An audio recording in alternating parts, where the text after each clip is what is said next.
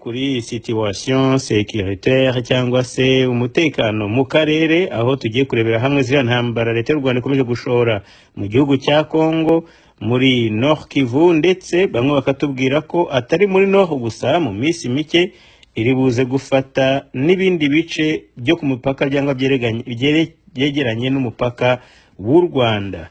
Ibyo bikaba mu gihe amakuru dukesha site ya ONU muri Congo ivuga ko kugeza uyu munsi intambara nubwo zikomeje muri Bunagana, ariko amakuru aho turi akanya ngiye muri studio ntabwo Bunagana yabaga itaraba sous contrôle ya ingabo za FARDC ndetse na MONUSCO, uretse ko bavuze ko batangiye assault kuri uwo mujyi kugira ngo bavanemo abo sirikare b'u Rwanda bawitije muri iyi minsi uko ari ibiri. Inkuru ndayigarukaho mu kanya rero, kuko iyi inkuru yaje ikurikiye itangazo ryakozwe na rushinzwe communication muri guverinoma ya Congo, aho yavuze ku mugaragaro ko kontra amasezerano ayo ari yo yose leta y'u Rwanda ifitanye na Congo asheshwe.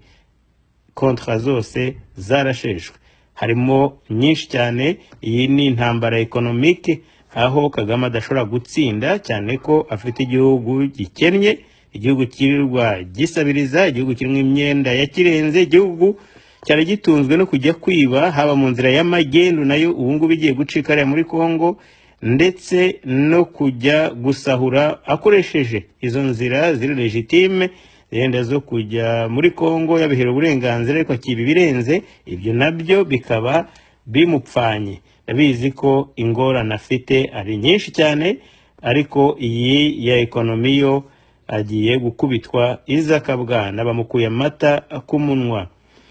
Ibyo kandi byabaye nyuma y'inama ya defense supérieure cyangwa se inama y'umutekano ku rwego rwo hejuru yayobowe na Perezida Antoine Tshisekedi, aho aribo bafashe icyo cyemezo. Communique rero muraza kuyumva, ndetse nabo ba depite basabiraga u Rwanda yuko bagomba kumwambura ayo makontra n'ayo masezerano byose, ntibazajye bamuha amafaranga kugira ngo abatere. It makes sense. Byari byaranatinze ko amafaranga yakura heza, naho ngaho aravana muri Congo, yarangiza kuyabatera akayaguramo amabombe akayatera Congo. Byari byaratinze. Uyu munsi tukiri kuri Congo, Perezida Tshisekedi yakiriye intumwa zo ku rwego rwo hejuru za ONU ndetse n'iza European Union. Izo rero bakaba nta kindi baganira uretse umutekano wo mu karere. Mu gihe ariko izo ntumwa ziriho ziganira na Tshisekedi ndetse n'amahanga yose, haba ku rwego rwa USA, Ubufaransa, European Union, Germany n'abandi ku giti cyabo ariho bashyigikira Congo kwirwanaho, Kagame nawe ntiyaviriye mwaho. Andrew Mitchell, muramuzi, wahoze ari ashyigikiye Kagame cyane, bari inshuti mu Bwongereza, yamuhesheje amafaranga ishyano ryose y'imfashanyo n'igihe bitari bikwiriye.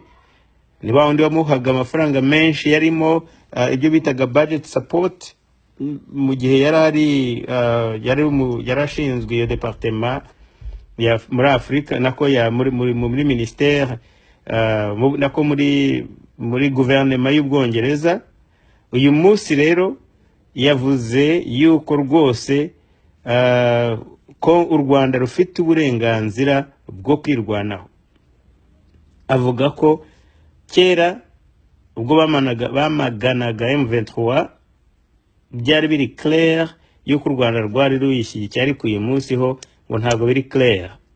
Nibaza ko ahangaha ari kukwereka gusa partisanship cyangwa se gushyigikira umuntu w'inshuti yawe, ukaza kwivanga mu rugamba utazi uko rwatangiye, wiyenjeje undi ku wundi kubera urukundo gusa cyangwa defense gusa ku muntu wawe. Ariko ibimenyetso byagiye bigaragara, harimo n'ingabo z'u Rwanda zafashwe. Sinumva ukuntu umuntu yajya hariya akajya muri parlement y'Ubwongereza akavuga amagambo nk'ariya.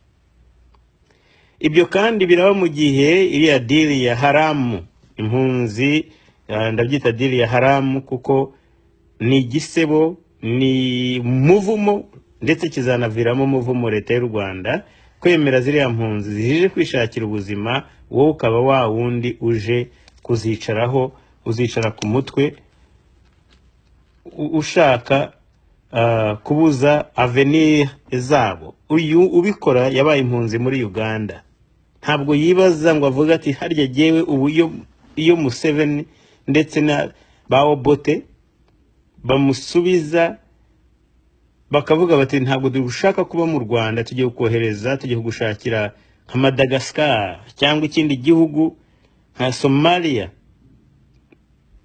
ugende abariho ujye gushakira ubuzima. Ariko muri ibyo bihugu byose nta na kimwe gifite reputation nk'iy'u Rwanda. Nawe ihitiremo igihugu wishakira, uvuga uti Kagame ageze hariya na Rwigema n'abandi bose bari bahungiye Bugande, barabwira ati no, aha mwaje gushakira amakiriro n'ubuhungiro, reka tubohereze yenda muri zone irimo intambara, irimo umutekano muke, aho yenda bashobora kuba barya n'abantu. Kuko niko u Rwanda rumeze, rurya bene igihugu nkanswe abanyamahanga. Bakamubwira ati reka tumusubize, yari kubyifata mwate. Ubwo yumva koko ibyo bintu, nubwo waba ukeneye amafaranga ku rwego rungana gute, ibyo bintu birakwiriye. Reka ibi rero tuze kubigarukaho mu kanya. Ariko mbere yuko mbigarukaho, General Muhoozi, muzi ko namukoze ikiganiro ejo bundi nyuma yaho inteko yo muri Congo imwamaganye bivuye nyuma, atweeting inkuru zikurikiranye ati my brother Tshisekedi, ati Museveni yantumye ibintu bitandukanye, ikibazo twagikemura, ngabo ndazihagaritse, magambo arahuragura. Ariko uyu munsi nabonye amaze amasaha 15, nagiye muri studio amaze amasaha 15, tutarongera kumwumva. Ntacyo bidutwaye, Muhoozi acecetse, ntabwo tuzamukumbura kuri Twitter. Ariko ikibazo nuko atari ubwa mbere, azongera agarukane za anko. Kandi ubwo yavugaga ko ahagaritse ingabo ngo ko zimuvinga muri operation Shujaa, nabyo naje gusanga ari ikinyoma, kuko Museveni at the same time yarimo abwira Air Force ko igomba gukaza umurego mu kurasa adui muri Shujaa, muri operation Shujaa. Ibyo kandi bikaba biba abantu benshi bibaza impamvu ngo Uganda batayikondana nkuko bakondana u Rwanda. Barabikoze, ariko ntabwo babikoze kubera bakoze bagiye gutera igihugu cyabo, ahubwo babikoze kubera amagambo ya General Muhoozi. Reka rero ikiganiro cyacu kigaruke mu idonido mu kanya, naho mu kanya.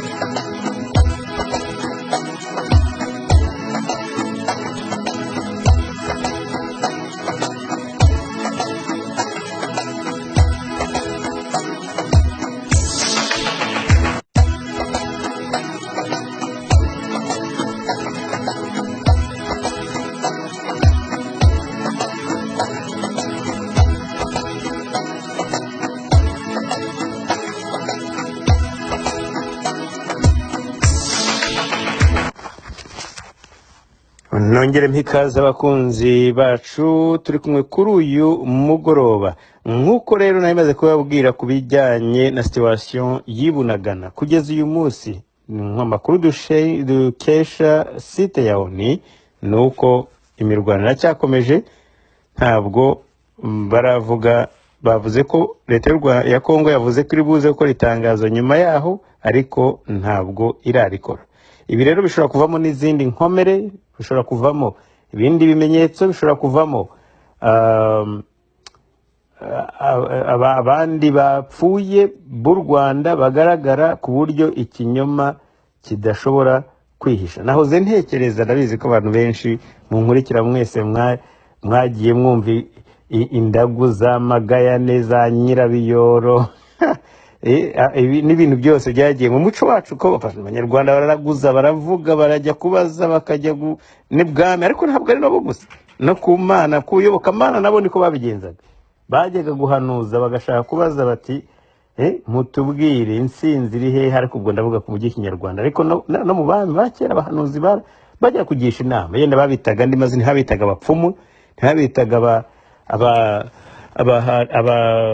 abaraguzi ariko cyangwa imandwa n'ibindi ariko babaga nabo bafite abantu bakora nk'ibyo abapfumu bakora reka ngaruke rero ko muri magayane cyangwa se mupfumu magayane hari ibintu kenshi bajya bavuga bati ihene 7 zizabyara zikanga konsa izo hene nzazigarukaho mu biganiro byacu biri imbere ariko birebye ndabona koko biriho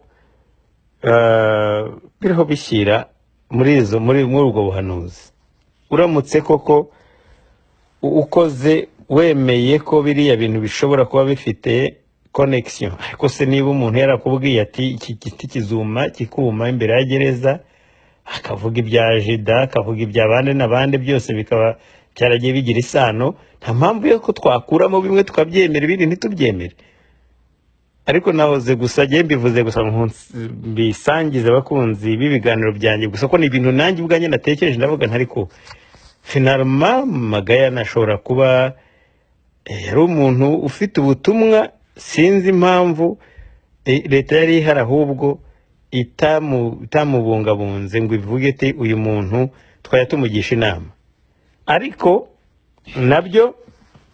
nabyo ntabwo wavuga ko ari ubwa mbere kuko na kera numvaga ko ngo habaga abategetsi bicaga abahanuzi impamvu mvuga ibi bintu kandi buze kugaruka kuri ibi ni sinye zose zigenda zigira haba intambara zo muri Kongo haba izo hene zigira kandi urabona ko nyirabayazana yarazikururiye ubu nta nashwa yindi nabivuze ubushize kandi nagiye bisubiramo ubu yaba anafite n'inzira yo kubisubiza inyuma ntayagifite noneho ubu ngubu ntabwo ari uri kuri offensive ubu ari kuri defensive bya bindi byo kuvuga ngo ni uguterwa no ntabwo ngo ni ugutera reka ubu ngubu byararangiye ntabwo agifite n'iriya shwa yo kuba ari kuri yo kuvuga ngo ngiye ngo ndajya kuri offensive nzahitamo icyo gukora reka nibahagira icyo batubwira ndaza kugitangaza ariko reka mwumve uyu mudepite usa naho nawe wimfurishije igitekerezo cyo gukupa amakontra na leta y'u Rwanda ubu n'umudepite wo muri Kongo. Kagame est devenu le président rwandais, pour ne pas citer son nom, il est devenu très gourmand.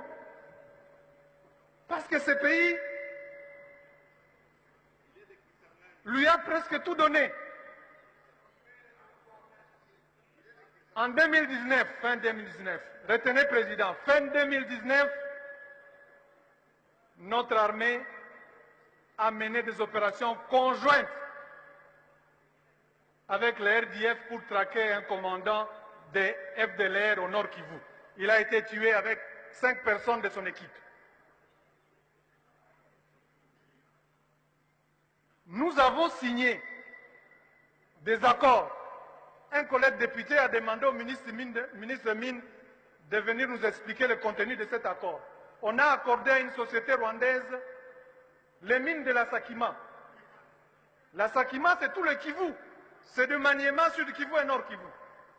Commençons par nous retirer de cet accord.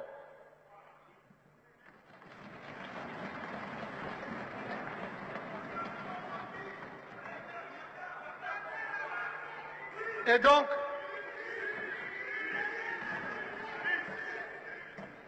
honorable Président, parce que nous parlons de sanctions économiques, nous avons signé de bonne foi, parce que nous voulons la paix. Nous avons signé des accords avec les pays voisins. Qu'en serait-il de ces accords?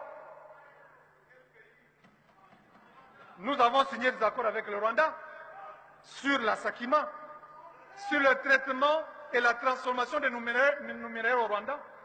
Le Rwanda a installé une raffinerie à Kigali, là. Ils n'ont pas de l'or. C'est pour traiter nos minéraux.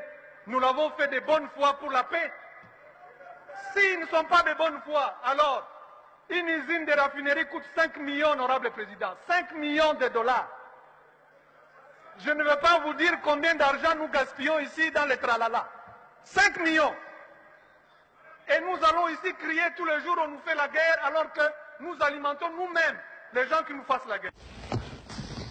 Banyarwanda banyarwandakazi muramwumvise uyu mumamre wa parlement umudepite bo baranavuga bakisobanura kandi na recommandation zabo zigakorwa ntabwo bategereza ivuye mu butegetsi ahubwo bashobora no kuinfluencer ama decision y'ubutegetsi cyangwa se y'ibyo ikwiriye gukorwa.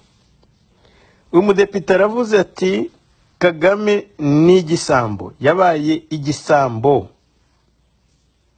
kwamuhaye byose tunamwira gukora za operation ziri joint tukaya ingabo zacu zigakora operation twica abanyarwanda bakorera operation cyangwa se bavuga ko barwanya ubutegetsi bari muri Kongo turi kumwe dusinya n'amasezerano na societe y'u Rwanda yo kugira ngo izajye ikora ibintu by'ubucukuzi y'amabuye y'agaciro yitwa ngo na Sakima avuga ati ni Kivu Maniema Sud Kivu societe minière handi murabizi mwebwe nk'abanyarwanda ko ibyo bikorwa na Crystal Ventures ntabwo ari ukuvuga ngo ni iya societe y'u Rwanda hari undi munyarwanda ubyungukiramo twe turashonje ati Rwanda rwakoze raffinerie ahantu mbese batunganyiriza zahabu kandi nta zahabu bafite kubera ko bakora ibya bayikura hangahe iwacu muri Kongo ariko ibyo twabyemeye kubera gushaka amahoro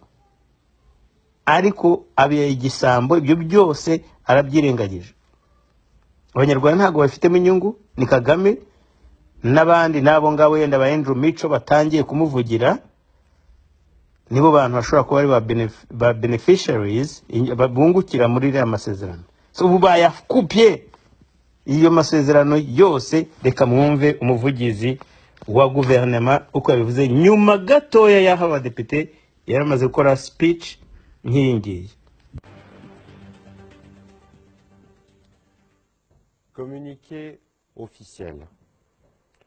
Le président de la République, chef de l'État et commandant suprême de forces armées de la République démocratique du Congo et de la police nationale congolaise, Son Excellence M. Félix Antoine Tshisekedi Tshilombo, a présidé ce mercredi 15 juin 2022 à la Cité de l'Union africaine à Kinshasa, une réunion extraordinaire du Conseil supérieur de la défense, élargie aux présidents de 2 chambres du Parlement et aux responsables des services de sécurité.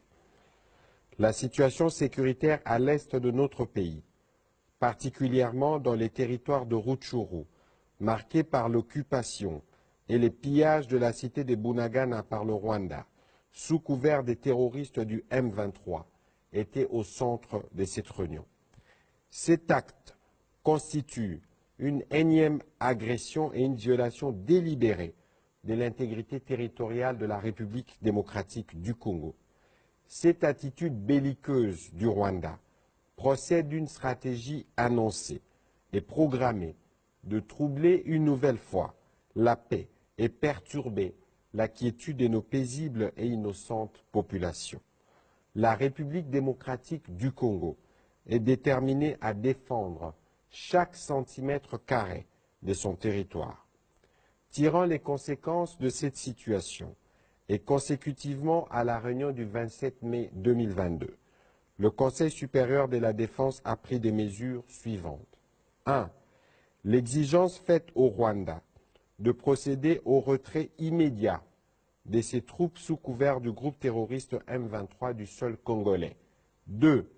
La demande formulée au gouvernement de la République démocratique du Congo de suspendre tous les protocoles d'accord, accords et conventions conclus avec le Rwanda.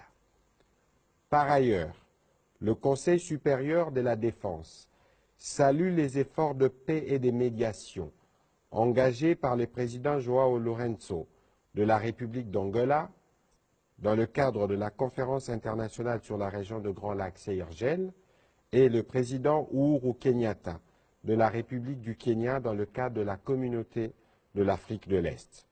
Le Conseil supérieur de la défense a également salué la forte mobilisation patriotique de la population congolaise pour le soutien indéfectible à nos forces de défense et de sécurité.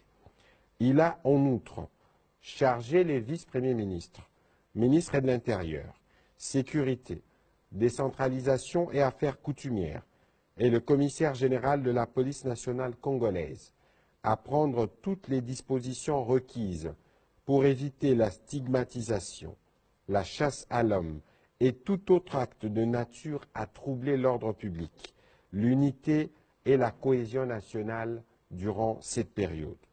Le Conseil supérieur de la défense a réaffirmé la volonté de la République démocratique du Congo de poursuivre le processus de paix de Nairobi en cours pour la pacification de l'Est du pays et de toute la sous-région.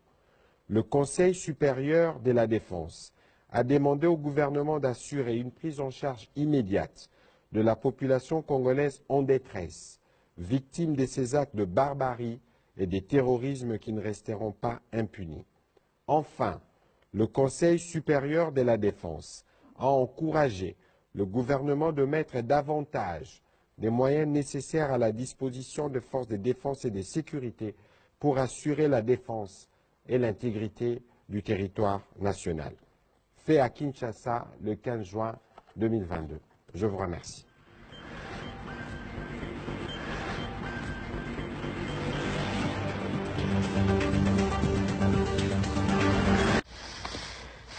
bakunzi b'iki kiganiro, iyi kominike isohotse gatoya nyuma y'uko abadepite bamaze gukora deba bavuga ukuntu batumva ineza yabo ko ariyo igaruka ikabahemukira. Kandi ibi bintu ntabwo Kagame ari ubwa mbere, nibwo buryo yagiye aca amaboko y'abamuhaye. Nibyo byakoreye umuryango y'aba Fred Rwigema, nibyo yakoreye abasirikare b'inkotanyi bavunikiye bereye ibimuga ku rugamba. Nta na rimwe yigeze n'umuntu mbese uri teti, uri spoiled, umuntu mutesi wumva bagomba kumubabysittinga akavuga ati mvunnye umuheha mu mpundi nawe nkawuvuna mu mpundi. Ibyo kureba santima feelings z'abandi izo ntabwo abyumva. Bigezaho rero abakongomani nibo bagiye kumwigisha isomo. Iri somo ryagomba kuba ryarigishijwe n'izi nkotanyi, zigahagarara zikamubwira ati no, ibintu ukoreye umuryango wa Rwigema ntabwo ari byo, ibintu umukoreye imiryango y'abakada mwafatanyije, ibintu ukora Bizimungu Sendashonga pasa ntabwo bikwiriye, including bari izindi abantu bose mwafatanyije. Ariko kubera kumenyera kuba teti, nishe Mobutu nawe naramwishe yari gihangange Roi des Zaïre, na Kabila fini, Kabila jeune umuhungu nako fils yabaga mu ikoti ryanjye. So Tshisekedi utarigeze ukora na politiki, utarigeze uvuye i Burayi, ati ndakwereka. No, umunyakinshasa arakweretse, mwana kin uko babivuga muri Kongo, arakweretse. Wowe urasabiriza, we afite ibyo atanga, ugomba kunama akaguhaho ukamwubaha, pana kuvuga ngo kubaha ikisi. No, ibi rero niyo politiki ubundi twari dukeneye, niyo twari dukeneye. Ubu agiye guca amakimbirane n'ababwiraga nti ubu nta kindi, ari kuri defensive, nta show afite nimwe, kuko ekonomi bya Rwanda ya byapfuye, y'amakontra ya Crystal Ventures byapfuye, ibyo aho bavomaga hose byapfuye, ibyari illegal za nzira z'amagendu nizo ubona bahanganye bakubita buri munsi bafunga, na babandi bacuruzaga mu z'amagendu ntibakijyayo bazi ko hari danger. Urabona ko donc yirashe mu kirenge, yitumye ahantu azahinga, cyangwa se we yahingaga, we yatemaga. So none kamubayeho. Ubu arashaka ikintu cyo kujya gukubita muri Kongo agasaba imishyikirano, ariko n'ubundi ibyo byose ntazi ko bizarangira. Ariko bamurangije kuri kote ekonomike. Yagiye kwirata ku Bugande ati imipaka ndafunze. Ubu bagiye gusaba, agiye gukubita ibipfukamiro hasi, nyabuna reka ibitoki byinjire, mureke ibi nibi byinjire. Ariko ubu ngubu birazana n'abaturage batagishobora no kubigura. Narebye imyigaragambyo yabaye ejo muri Kongo, nkareba ukuntu batera abapolisi b'u Rwanda amabuye babatuka. Ndavuga yabaye biriya bibaye ku Gisenyi, bari abaturage bari bari ruhande rwa polisi bakavuga bati no mutuve imbere, bagakubita kandi kuko ari bo bahohoteye. Yabareba kuri yase yajyana biriya bintu byo gukingira za gas lacrimogene cyangwa se ibintu byo kwa protege amaso. No, babamisha mu rusasu. Ubu rero reka bicare bumve, bakaye abanzi musubire inyuma murebe Burundi, Congo, Uganda. Ndabizi ko ari bamwe bavuga ngo Tanzania naho sibyo, naho ni kimwe, la même chose na Tanzania. Gusugisha kuya ko Kagame ya survivinga gute. Bose bagiye kumureba, agiye kujya ahamagara kuri telefone wanjye kumwitaba. None ba Mico, Andrew Mico ne batangiye kumuvugira, barebe ko yenda hari akantu bamukorera kamuvana mwisone. Ibyo nyine byo kumubura bayatabaje, uragira ngo babyagenze gute? Iyo umva Mico avuga ngo ubu nta bimenyetso bihagije bihari, ngo si nk'ibya mbere, mu mbere byari bihari. No, ubu birahari, bafashe n'abasirikare batransitiona muri Angola, bafite ibimenyetso biri simusiga, biri tangible. Ubu rero mw'Abanyarwanda, mw'abasirikari mwe cyane cyane, ndetse yenda reka mbyite mbivuge mu mazina yabyo, mw'abasirikari b'abatutsi mwe, kubera ko ni mwege mufite ububasha mu maboko yanyu. Ndabizi ko kuzicarana nawe mukamubwira uti afande twaragerageje kera byarashobokaga, ariko ubu ngubu ntago bizakunda, ntabwo muzabikora.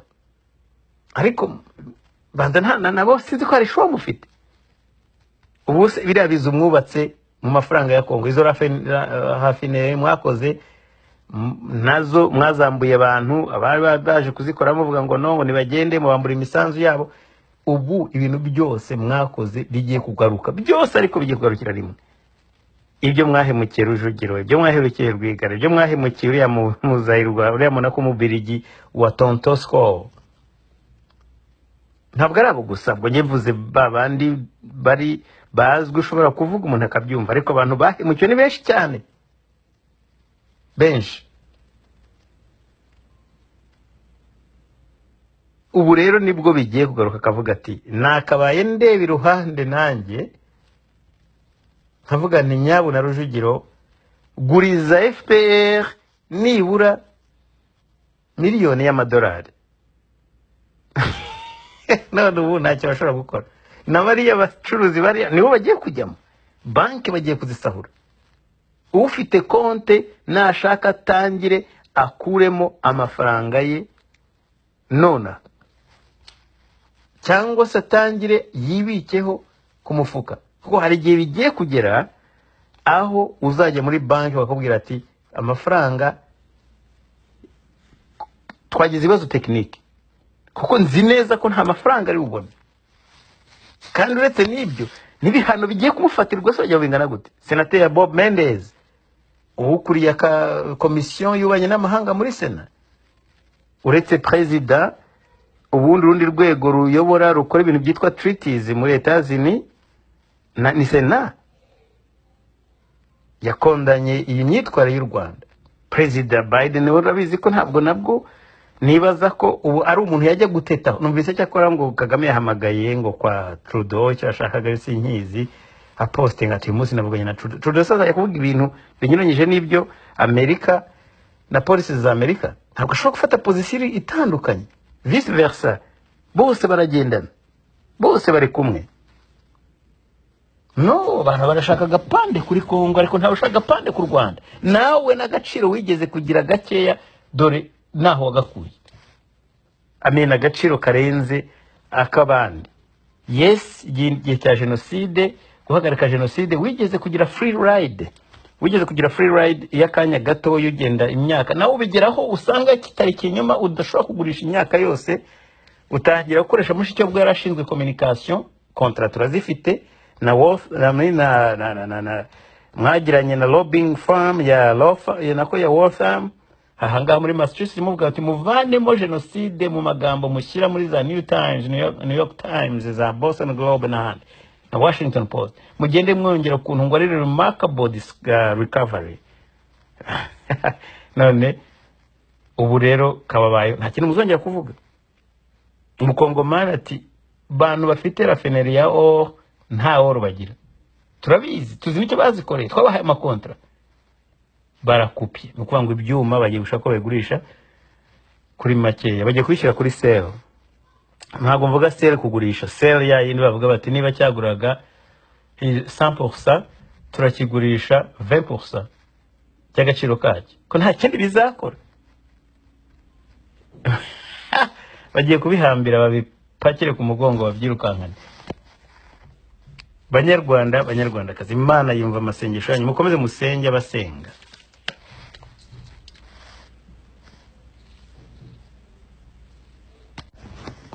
Reka ngaruke gatoya mu Rwanda kuri reaction ishingiye kuri izi ntambara zitutumba mu karere hose. Abanyarwanda banyandikira barambwira ati aha inzara yari itumaze ntawe gishobora kugura ibintu none haje icyoba. Coga mu mwumvi y'ingiyi ifite akamaro muri Kigali. Abandi bacuruza utuntu dutoya bafunze, imihanda bayifunze, none hiyongereyeho n'undi musaraba tutatekerezaga. Na Coga mu bwawe yari umusaraba, none nabwo hiyongereyeho undi musaraba urenze wa Kongo. Abatuye ku mipaka baravuga ati ari ubwoba, kandi si bo gusa baravuga ati no ku ruhande rwa Sud movement za troupe za gisirikare z'abasirikare ibikoresho ni ibintu nta cyizere biha umunyarwanda cy'ejo hazaza kubaho.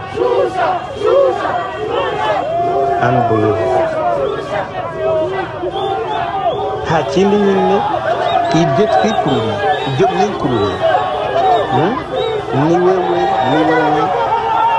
ni impanga ya Yesu. Izira ndirimbo mugiye kuzicuza, mugiye kuzicuza inshuro magana. Yanzwe n'amahanga, yanzwe n'isi, yanzwe n'abaturanyi, kandi byinshi namwe mukabizira ntaho muhuriye nawe. Ariko abanyamahanga bo ntimwabarenganya, kuko iyo bababonye yagiye kubasura muri za Nshiri, muri za Nyagatare, babona mukundanye muvuga ati uyu niwe wacu. Ntawe urigera agira akabara ko kumwamagana kumugaragaro. Bazi ko ari umuntu dukunda cyane, bimwe bigatuma ndetse tugirana ibibazo n'abakongomani cyangwa se abaturanyi dufite, bakatwishisha bakadukekamo ubumaneko n'ibindi. Yenda hari sinzi nibigiye kigihari, byaba ari igihe cyo kugira ngo kontra mufitanye nayo mubwire uti sefini twakwibeshyeho, yenda mwebwe mwari. Ariko brainwash irakora. Nabonye abantu bavuga ngo ariko ngo bakongomani koko ngo ntabwo ngo batwiyenzaho, kandi abantu babivuga bamwe nzi neza ko nta kintu wababaza uti yabamariye iki, nta na kimwe. Cyakora yenda bavuga ati yadaye umutekano ukagira ngo niwe utanga, ubwo yarabamaze. Unbelievable. Intorezo zirimo ziravuga ziti ngo nta mashyari badufitiye, abandi bati no. Bese urabona ko harimo ikintu cya panique, haba mu muryango wa FPR, mu basirikare naho ubu ariho baribaza ejo hazaza ntago basobanukiwe. Bavuga tumuzayirwa mukatanya matatume rwose araduhindutse. Ariko byaje tubibona, nta kintu utabonaga. Kari gasuzuguro kari gakwiye kugiraho gacikira. Hari na za mpunzi haramu nivuze ko ari diri za haramu, nazo ubwazo zari zikiri aho, ntibarigera, baracyafite ibyo bibazo byo kugira ngo bakemure kiriya kibazo cy'uko baranzwe hirya no hino. Nabigarutseho kare ntabwo mbitindaho. Kumva Kagame avuga ati miliyoni 100 ati ndabafata rwose, nkibaza we igihe bamufata yo mugurisha amafaranga hari i Bugande kwa Obote, kandi byarashobokaga. Si urukundo rundi yari abakunze. Ariko muri iki kinyejana arakora ibintu na Obote atari gukora. Ari ayo mafaranga yaba yayahombaga n'izo mpunzi akazihomba, akabona ko nta kintu arimo koraho na kimwe kirimo gihabwa umugisha. Yenda haraziga kumenya ko atari akamana nk'uko yabeshwe n'abanyarwanda b'intore. Umucuti we uncle nephew nahoze ndeba, ntabwo ari aracyagera gutwitinga, nakomeje mukurikirana ngo ndebe, kuko hari igihe yaje astorminga Twitter nyuma y'aho abadepite muri Kongo bari bamaze kuvuga icyo bamutekerezaho. Ndakurahiye yaje tweetinga Twitter ikurikiranye n'iyindi, buri mwanya yandika avuga ati none amaze amasaha 15 anako 16 atongera gutwitinga. Aheruka bwe abundi yavugaga ngo President Museveni arambwiye ngo troops zose ngo ntizi moving. Hari yenda ubu ngubu nibwo agiye kubona ko adafite power yo gukora ibintu byose nkuko abyifuza.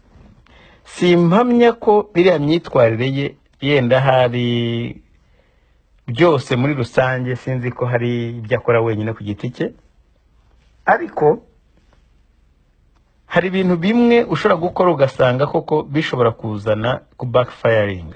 Uganda ubwayo yari iri muri kongera gusubirana, kugarura icyizere mu bakongomane.